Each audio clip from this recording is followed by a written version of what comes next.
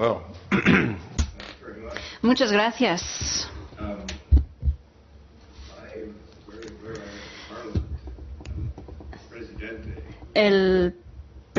Se corta. thank for his remarks.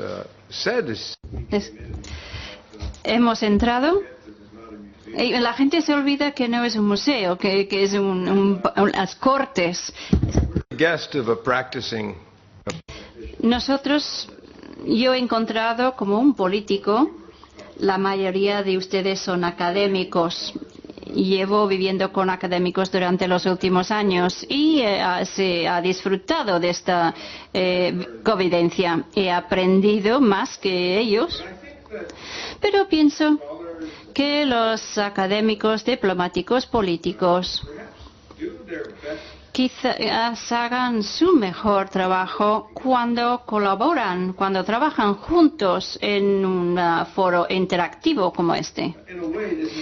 De alguna manera, esto es una disculpa porque me doy cuenta que nosotros, los políticos de los medios, a veces parecemos un poco superficiales para los académicos. Y de hecho lo que les estoy pidiendo es disculpas por lo superficial antes de empezar. Esta conferencia, el doctor Colom, no me podía haberlo propuesto en un momento mejor. En los últimos 2 años he trabajado en los problemas de hacer funcionar la democracia o tener una democracia en países como Zimbabue, Bielorrusia. Y cada vez más he visto que los problemas que se encuentran a tener éxito en la democracia son los problemas de la narrativa que cada uno tenemos en nuestras vidas y los peligros de algunos de los mitos que tienen gente sobre ellos mismos. Es una conferencia sobre las sociedades pluralistas y algunos de los mitos dentro de esos pluralismos. Y también es una conferencia, me doy cuenta ahora que estoy en España, sobre cómo el pasado se relaciona, se asocia con el futuro para enfrentarnos al presente. Scott Fitzgerald, el escritor americano que se ha citado, estoy segura, 1.000 millones de veces en el mundo, pero hoy me felicito de ser uno de ellos hoy, ha dicho algo sobre América y ha dicho que los americanos toman a su identidad de un pasado mítico que nunca había existido y se dedican su energía a las multiplicaciones infinitas de las posibilidades materiales del presente. Pero tienen mucha dificultad en vivir el presente. Y me supongo de lo que estoy hablando hoy es la manera en que los mitos del pasado pueden afectar el futuro. En algunos lugares, muchos lugares, las personas no se pueden enfrentar al presente. Y yo creo que si los países experimentan este dilema como individuos, se les enviarían directamente a terapia. Y realmente es lo que estoy empezando a proponer. Creo que este rechazo que rodea el tema de pluralismo es probablemente el problema mayor de Europa hoy en día. En la forma de yihadismo, la colisión de civilización en el mundo hoy ha cambiado nuestras vidas. El embajador, mi amigo, ya ha hablado de Canadá. Voy a decir unas pocas palabras sobre Canadá, pero me permitirán que hablaré más de Europa, de su Europa. Hablaré de la colisión de civilización que algunos ven y también hablaré de los retos de la democracia resultantes. Porque creo que es un marco Después de leer los títulos de sus ponencias, de mi manera superficial puedo proporcionarles con algún escenario o una perspectiva. Canadá celebra la pluralidad, pero Canadá está preocupada por los valores centrales de Canadá y está preocupada porque esos valores se diluyan con una inmigración masiva. Somos un país de establecimientos. España no. En España no se ha formado a través de los establecimientos de la población. Muchas veces tenemos que buscar por el mundo gente que quiera venir a nuestro país y ustedes no hacen eso en España. Tenemos una perspectiva de bienvenida única y pese a algunas informaciones en contra recientes, lo cual es un poco decepcionante. Históricamente nuestra democracia ha sido una democracia sin fisuras, ha sido una democracia que se ha conseguido de una manera igualitaria para todos los canadienses a lo largo de varias generaciones. Voy a hablar algo de Europa. Les he comentado que ustedes no son un espacio de asentamiento. Hoy en día, sus inmigrantes, y esto vale tanto para París como para cualquier país de Europa, no sois países de inmigración. Puedes decir en el metro en París una frase en francés y sí, hay inmigrantes y hay refugiados, pero no son gente originaria. Quiero decir que estos inmigrantes y estos refugiados buscan tener un nuevo hogar en esos países. Y en esos países muchas veces se forman grupos en los que en muchos casos son marroquíes los que forman guetos, como por ejemplo en Alemania con los turcos también.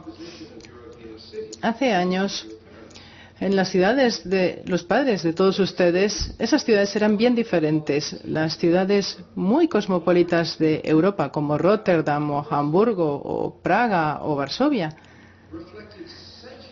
han reflejado siglos de inmigración. En Praga, el cementerio judío es un icono que se mantiene como si fuera un tesoro en el país. Y como saben, los cementerios están ahí porque la comunidad fue allí debido al Sefarad, aquí en 1492, cuando se echaron todos los judíos. Pero en el último siglo y al comienzo de este siglo, los ciudadanos de esas ciudades pueden haber sido judíos o húngaros o rumanos, pero compartían el mismo idioma y la cultura también era común y han estado ahí durante siglos y siglos y eran parte del tejido social. Por supuesto que ha habido regiones étnicas. Conocerán al escritor Claudio Magris, que escribió un estupendo libro llamado Danubio.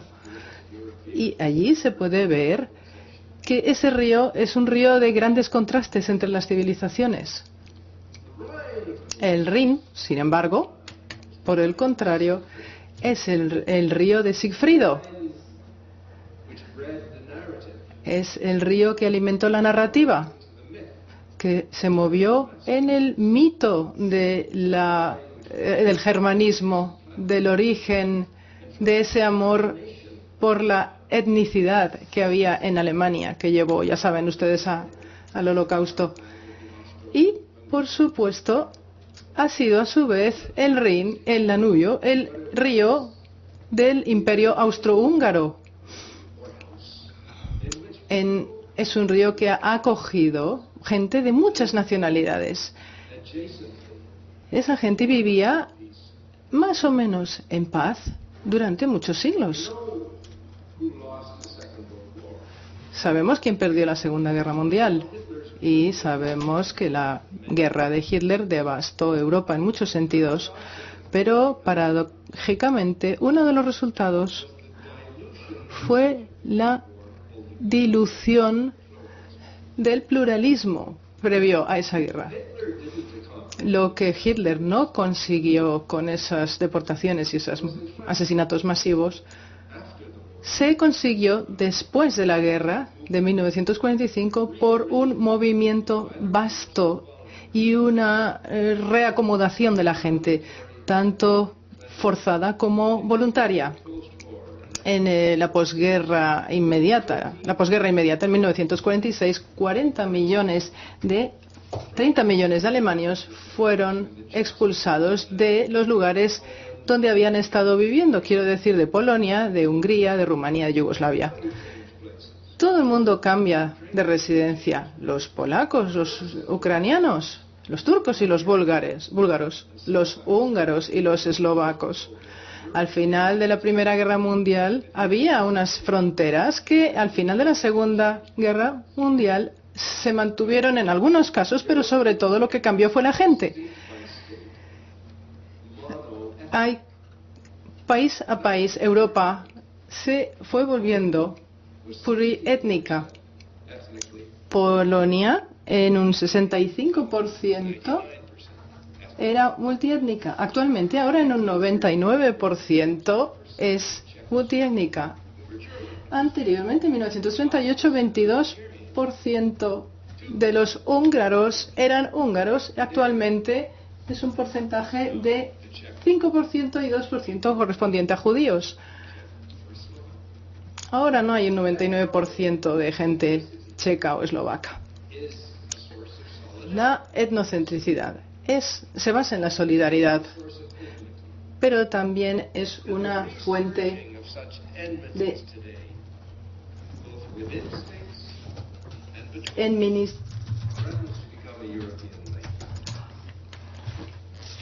animadversión, de enemistad, disculpen.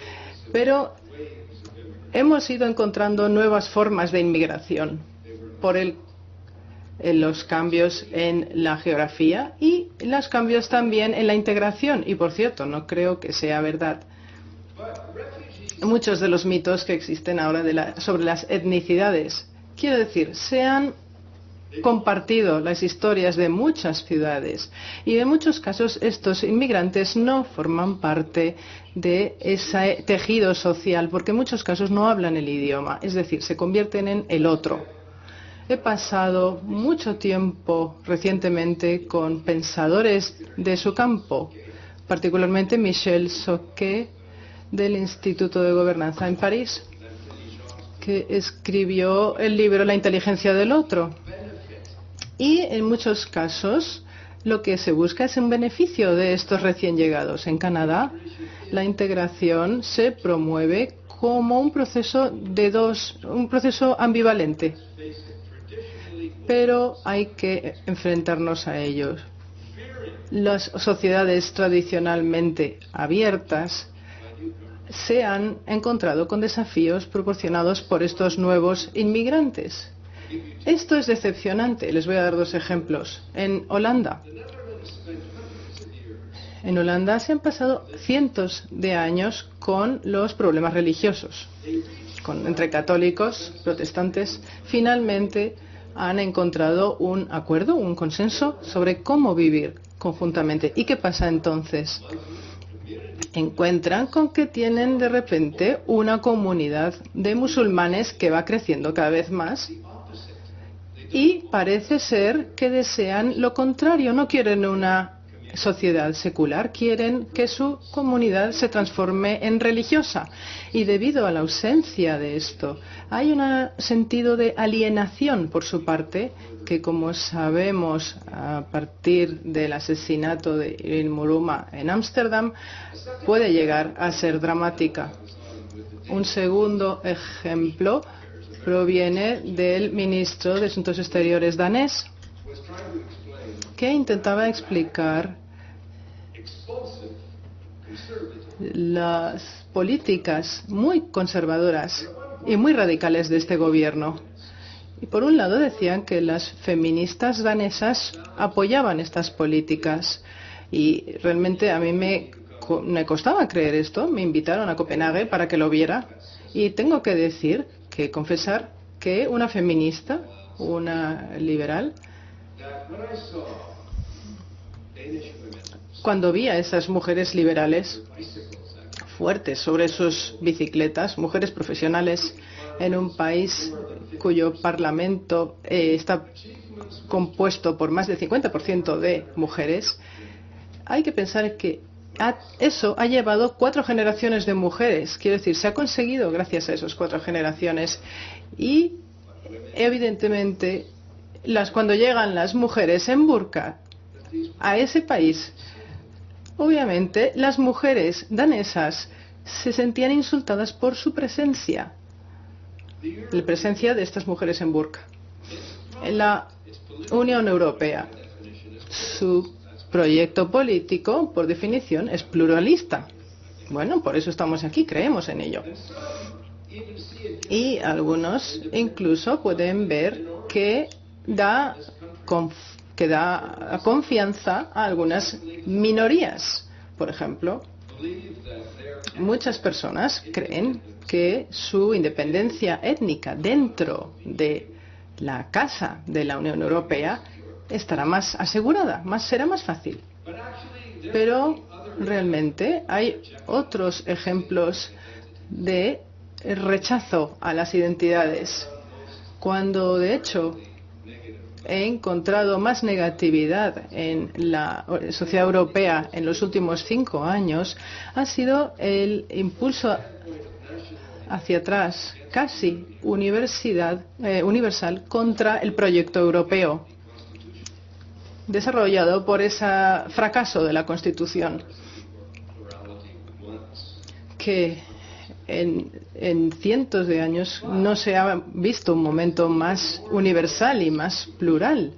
Pero ha habido una situación más ominosa en Europa que no está dentro de la Unión Europea, la Europa de las fronteras. Parcialmente es porque, por toda su enfermedad, digamos, entre comillas, la vieja República de Yugoslavia y la ex Unión Soviética, de todas las cosas malas que hizo hacia los ucranianos y a los checos, esas 2 identidades eran multiculturales y estaban muy orgullosas de ello. Y cuando se separaron, liberaron una cascada de odio que existía ancestralmente. Esta guerra reciente entre Rusia y Georgia,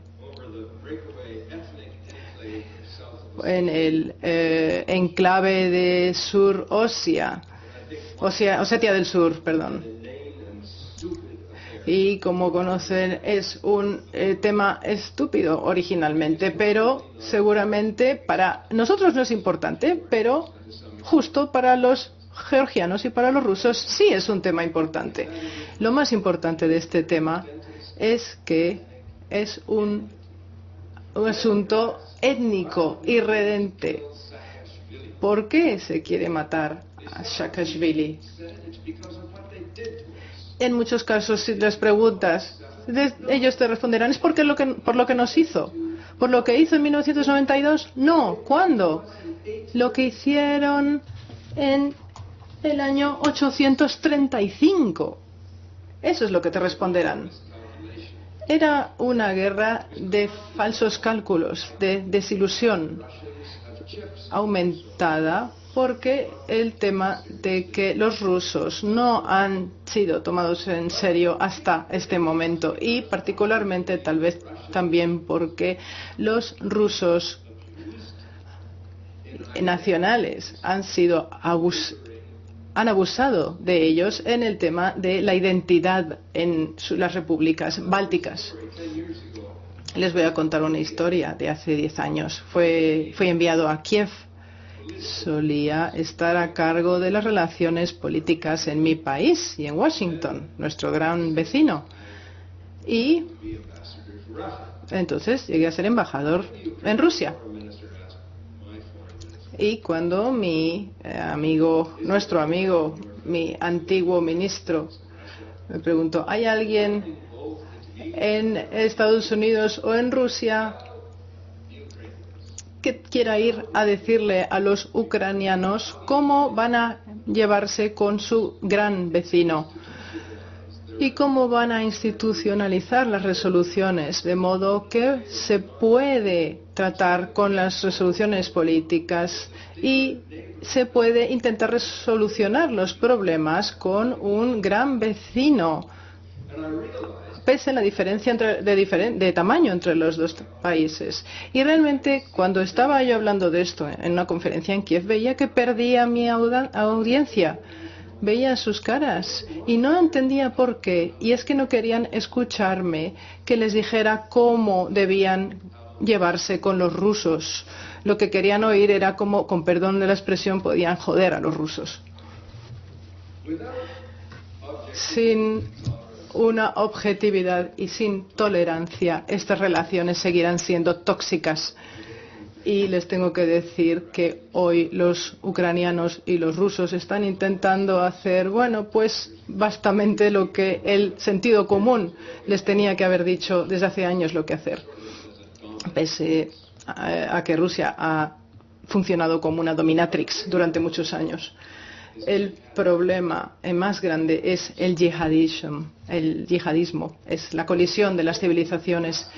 Este encuentro multifacético entre el yihadismo islámico y los problemas del Medio de Oriente Próximo, y de los problemas que afectan a otros países como Madrid, los atentados que hubo.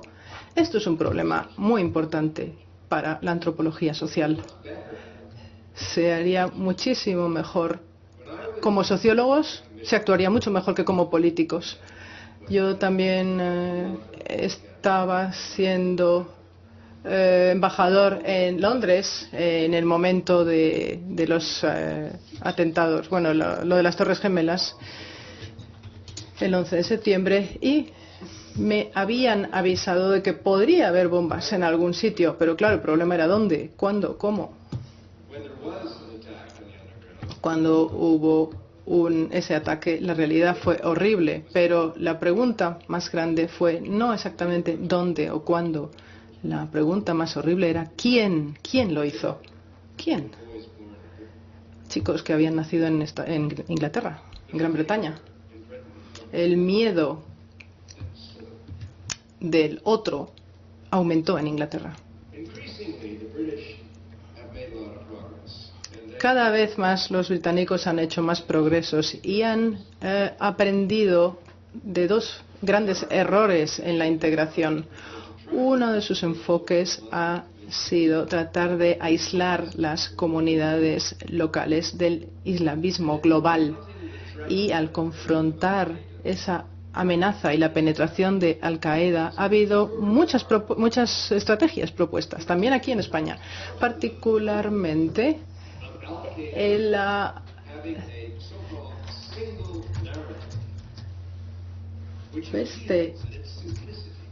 atractivo, mejor dicho, de Al-Qaeda a la hora de atraer a nuevos grupos. Y hace 2 semanas fui en Londres a una conferencia sobre estrategias de comunicación. No sé cómo lo pueden tomar como quieren, pero lo que quería decir es que era necesario tener una sola narrativa propia para destrozar o poder aplastar a Al-Qaeda. Pueden pensar que eso a lo mejor son grandes palabras, pero no son muy productivas. Pero nuestra fuerza es que tenemos narrativas únicas. Nuestras narrativas son nuestra pluralidad. Esa es nuestra historia. Alguien una vez me definió qué es lo que hace que una película sea más comercial que otra, tenga más éxito. Es que en la película tiene que haber 3 elementos: el director, el realizador y el productor. Cuando ellos nunca están del todo de acuerdo en el concepto del film, ahí fallará la película. Pero la película tendrá éxito cuando entre ellos no van a tener un desacuerdo mayor del 10%. El problema es que la vida no es la película, ni siquiera si hablamos de narrativas, aunque algunos políticos quieran que lo veamos así. Walt Whitman, en las hojas de la hierba, ya saben, el poeta, habló sobre la democracia estadounidense y dijo, voy a contradecirme. Y a su vez podemos hablar de Sarah Palin. Cuando ataca a Barack Obama, ella ve otra América diferente y utiliza un lenguaje malo. Entiendo porque cuando las estrategias de comunicación hablan de cómo podemos vencer la fe de esos musulmanes jóvenes, pero cuando nos ponemos a nosotros en contra de ellos, creamos una cuña entre nosotros y los que están preocupados y que no están decididos. Yo oí el otro día un abogado pakistaní, una figura nacionalista, diciendo que preferiría tener a los talibanes que a los americanos, que él y los talibanes pueden encontrar bases comunes a nivel cultural, pero los americanos nunca, dijo. Si leemos el Hofstede, es una verdad objetiva que los talibanes pueden tener una gran cultura común con ellos, pero los occidentales tenemos que encontrar un entendimiento común, no para tranquilizar a los asesinos y darles facilidades, no, sino tenemos que entender por qué hacen lo que hacen. En esta área, la ficción ha sido la intérprete más importante muchas veces. Un libro muy importante llamado El ataque, por el árabe israelí Dr. Yasmina Khadra, describe el dilema de un cirujano árabe en Israel, que está buscando la respuesta a qué es lo que hizo que su mujer se volviera una suicida secretamente, una suicida con bombas. Y la Intifada le decía, no somos fundamentalistas, no somos islamistas, pero simplemente los niños y todas las personas intentan coger todo lo que tienen a mano para luchar y quieren buscar la verdad. ¿Qué verdad? ¿La de ellos o la tuya? No quiero empezar a hablar sobre lo que es correcto y lo que no es correcto a nivel político. Quiero hablar sobre las diferencias culturales, la variedad de verdades que hay. Kofi Annan, como un negociador puntero máximo en todo, cuando habló con el antiguo ministro Lakhdar Brahimi, dijo que lo que había pasado en Irak era más que inaceptable, y Brahimi decía que no, que había que reducir un poco el tema porque tenía un solo punto de vista. Él quería saber de cada enemigo cuál es tu mínimo requerimiento o demanda, y esa es la forma en que se puede mediar en un conflicto. En muchos casos se contradicen las narrativas porque puede ser algo bastante infantil y peligroso. Hablemos ahora de democracia. Yo he estado en un proyecto internacional sobre democracia y hemos producido un libro que se ha vuelto una base para la formación de los activistas democráticos. Pueden verlo en la web. Pero asegúrense que este proyecto no tiene que ver con exportar la democracia. Es un manual práctico y está basado en experiencias auténticas a nivel local. Y las tres conclusiones básicas de los casos y el trabajo de campo que hemos hecho sobre la evolución democrática y la transición son que en la transición democrática, como en España en los 70, o como Zimbabue el próximo mes, espero, las fuerzas que van a cambiar las cosas son la gente que vive allí. Eso es las fuerzas que van a cambiar cada situación local, porque cada situación tiene unos desafíos diferentes. Nuestros puntos de vista pueden ser simplemente secundarios. Segundo, la violencia casi nunca funciona, porque en los regímenes represivos ahí hay todas las armas que quieras, pero eso aliena a los ciudadanos pacíficos de la causa. Y tercero, muy importante, es sobre la sociedad civil que crea cambios y va a subir. Eso va a subir en las agendas. Eso es lo que va a traer el cambio. Pero hay una precondición de los que están de fuera, los externos, digamos, para que puedan ayudar. Y es intentar entender primero las diferentes culturas implicadas. La regla de oro es de una diplomacia que afecte a todas las partes interesadas, es escuchar, entender y respetar. Esas son las 3 reglas de oro de cualquier antropologista en el mundo. Y ahora, teniendo a personas que se entrenan o se forman en la mediación de conflictos, esas personas a veces se sienten expuestas a los antropologistas culturales porque hay que ser capaces de distinguir y de hacer que identifiquen los distintos puntos de realidad.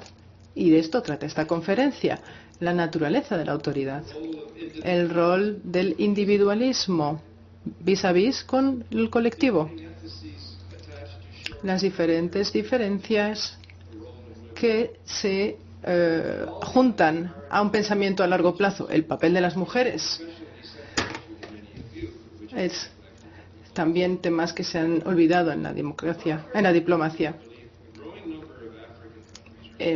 Por el contrario, se cree que muchos países africanos están haciendo un trabajo por la democracia. La democracia, por supuesto, es algo mucho más que las meras elecciones, y lo saben. Es de cómo los gobiernos gestionan la pluralidad. Las sociedades africanas son respetadas. No se suelen unir al concepto de la oposición leal. Suele ser el que gana se lo lleva todo. Esa es un poco la política, forzando a otros a crear redes étnicas defensivas que también funcionan en nuestras propias sociedades entre minorías y factores externos. La democracia trata de crear espacios para la diferencia, sin conflictos, y depende de la transparencia para disminuir los conflictos. Así que hablamos de buscar la verdad. Una de las características más importantes es la emergencia de la verdad y de la reconciliación, de comisiones que se ocupan de ambas cosas. Quiero decir el tipo de cosas que empezaron con la amnistía en España, de que hablamos en 1977. En el Chile de Pinochet hubo una comisión, o post-Pinochet, perdón, hubo una comisión, y para poder conseguir la verdad sobre los estudiantes unionistas y otros que asesinados por el régimen, por sus familias. Esta comisión y las lecciones de esa comisión los proporcionaron a Sudáfrica después del apartheid en Sudáfrica, y se tomó la decisión de que tenía que haber un intercambio de verdades por lo que había pasado, en cambio de no sentenciar a las personas. En Ruanda que está ocurriendo pueblo a pueblo para que todo el mundo pueda coexistir. En Argentina también muchos países han empleado variantes. Conozco la comisión en España hoy que está intentando localizar el lugar donde están enterradas las personas asesinadas durante la guerra. No hay que olvidar el pasado, sino evitar que el pasado mate el presente. Lo que está pasando en los Balcanes es que el pasado está matando al presente. En Europa, el presente puede parecer un problema porque hay cambios, pero esos cambios de pluralismo hoy veo mucho progreso. Buenas intenciones están claras a pesar de los problemas. Cada país en el occidente hoy tiene una comisión para examinar las diferencias culturales y los retos para las minorías. Principales diferencias existen, persisten, buscando la libertad. Por ejemplo, esto del danés, el dibujo de caricatura en Dinamarca. Hay diferencias. Una que es si la sociedad pluralista puede existir en cualquier sociedad que no sea monolingüista. Pero hay una cosa que me anima. He leído el Le Pen y el partido ya no tiene dinero, que han tenido que vender su sede en París a una escuela para los chinos. Estereotipo todavía existe. A una parte es divertido. En Italia la palabra para una criada es una filipina. Pero yo oí había un diplomata que dijo que te había encontrado un filipino de Ucrania. Es un estereotipo. Pero es muy serio, las personas se mueren. La verdad es que si no admitimos todas las oportunidades de la sociedad, es práctico igual que moral. Hay capital congelado y no lo podemos admitir. Y como he dicho al principio, el renacimiento de los odios representan una forma étnica de competencia. Esa conferencia es esencial en este aspecto. En las buenas noticias podemos encontrar que las personas de hoy sí que escuchan las noticias de los Estados Unidos. Es paradójica, pero nos da esperanza. La crisis actual de la economía puede ayudar a moderar la economía dispar que existe. Y es imposible no alegrarse de los candidatos de Barack Obama en los Estados Unidos, cuya lenguaje antropológico, entender, reconciliación no se ha escuchado casi nunca en el escenario político. Su campaña, como se ha dicho, se ha basado en la docilidad de la esperanza. Me gustaría cerrar mi ponencia con esperanza. He buscado en una novela que se llama Asuntos Familiares, escritos por el escritor hindú, pero no lo encontré en España, no encontré este libro en España. La literatura en idioma inglés en Madrid no se puede encontrar. Pero lo voy a ver si me acuerdo. Más o menos decía esto. Cada día, el narrador, que estaba molesto, iría o intentaría entender la humanidad. Iba a mirar los trenes que salían, que entraban en una estación cercana, y cada día le asombraba un fenómeno. Conforme iban saliendo los trenes con multitudes de personas, todavía habría alguien corriendo para coger el tren. Y justo en el último momento saltarían al tren. y su mano agarraría un escalón y estarían colgando en el aire y él diría, Dios mío, se van a morir, sus vidas están en peligro. Pero saldrían manos para agarrarle y hacer que esa persona entrase en el tren. ¿Y de quién eran esas manos? ¿Y de quién eran las manos de la persona que corría? Musulmanes, hindúes, cristianos. Nadie sabe. Nadie sabía y a nadie le importaba. Simplemente eran manos humanas. No se centraba en el pasado, sino en la exigencia que tenemos. Se enfocaba en el presente. Muchas gracias.